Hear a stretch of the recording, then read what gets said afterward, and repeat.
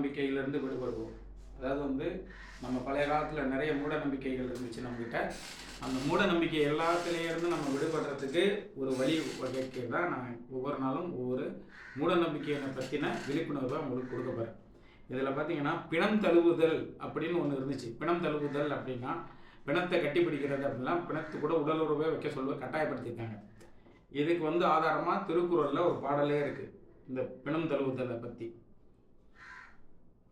பொருட்பெண்டீர் பொய்மை முயக்கம் இருட்டறையில் ஏதில் பிணம் தளி ஈ அற்று.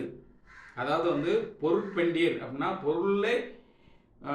பொருளுக்காக விளைமாது பொருளுக்காக பொய்யா வந்து ஒரு பெண் வந்து ஒரு ஆணுடன் தொடர்பில் இருக்கிறது வந்து இருட்டறையில் பிணத்து கூட உறவு கொள்வது மாதிரி அப்படின்ற மீனிங்கில் திருவள்ளுவர் இங்கே கொடுத்துருக்காரு. இது தவறான ஒரு திருக்குறளாக நீங்கள் நினச்சிக்காதீங்க. அந்த காலகட்டத்தில் இருந்த ஒரு விஷயம், அதாவது பிணம் தழுவுதல். இந்த பிணம் தழுவுதலை பற்றி ஒரு சின்னதாக சொல்லிடுறேன் பாருங்க. பிணம் தழுவுதல் அப்படின்னா கன்னி பெண்கள் இறந்துட்டா சொர்க்கத்துக்கு போக மாட்டாங்க, அதனால அந்த பெண்ணை வந்து கன்னி கழிக்கணும் அப்படிங்கிற ஒரு மூட நம்பிக்கை இங்கே இருந்துச்சு.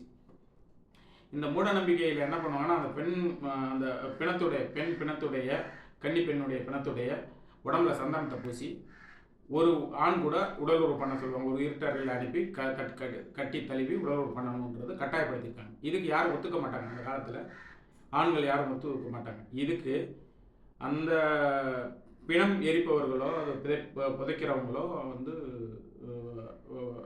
இவங்க போயிட்டு அதுக்கு போதை பொருளை கொடுத்து அவனுக்கு பணம் கொடுத்து போதையாக்கி அவனை உள்ளர ஒரு இருட்டு ரூமுக்குள்ள அனுப்பிவிடுவாங்க.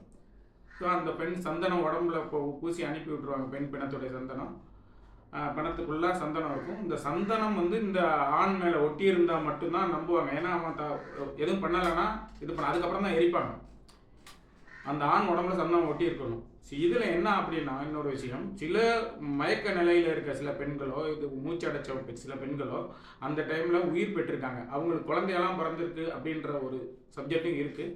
இது நான் சொல்லலை, திருவள்ளுவர் சொல்கிறாங்க. பிணம் தழுவுதல் பற்றி நீங்கள் கூகுளில் செக் பண்ணி பாருங்கள். பொருட்பெண்டீர் பொய்மை அப்படின்னு நீங்கள் அடிச்சிங்கன்னா இந்த திருக்குறள் கூகுளில் வரும்.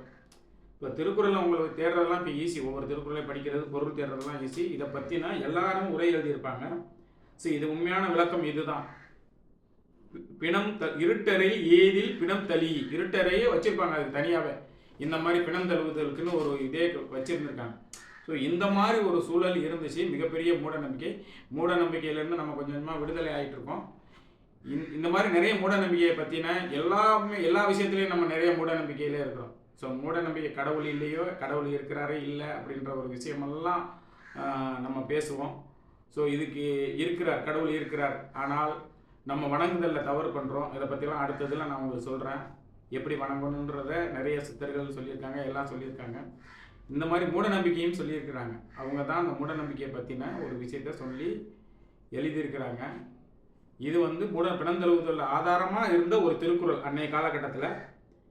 இது ஒரு ஆதாரமாக திருக்குறளில் இருக்குது அப்படின்றத நான் சொல்லியிருக்கிறேன். ஆனால் பிணம் தழுவுதல் பற்றி நிறைய விஷயங்கள், நிறைய கட்டுரைகள், நிறைய புக்ஸ் எல்லாமே இருக்குது.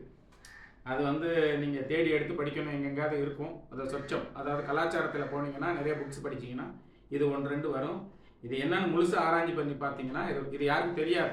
அதனால தான் நான் சொல்கிறேன். பிணம் தழுவுதல் பற்றி ஒரு விஷயத்தை நான் இப்போ உங்களுக்கு வந்து சொல்லியிருக்கிறேன். மீண்டும் ஒவ்வொரு முறையும் ஒவ்வொரு விஷயம் உங்களுக்கு சொல்ல போகிறேன். அதை வந்து ஃபாலோ பண்ணிக்கிறீங்க. நன்றி, வணக்கம்.